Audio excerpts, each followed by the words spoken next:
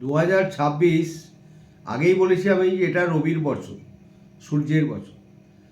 বৃহস্পতিবার দিয়ে 1 জানুয়ারি নববর্ষ শুরু হচ্ছে।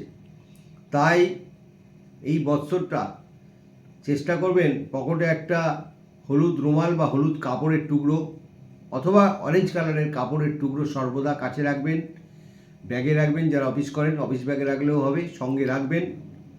তামার ঘটি একটা কোনো মন্দিরে গুপ্তভাবে দান করে আসবেন, মানে আপনি না জানিয়ে, কাউকে না জানিয়ে তামার একটা ছোট জাপ যেমন ক্ষমতা, সেই ঘটি মন্দিরে, শিব মন্দির হলে আরও ভালো, রেখে আসুন। সেই ঘটিতেই বা লোটাতেই বহু লোক দেখবেন জল দিচ্ছে, জল ঢালছে। এটা আপনার পক্ষে গ্রহ মজবুত হওয়ার একটা বিশেষ উপায়।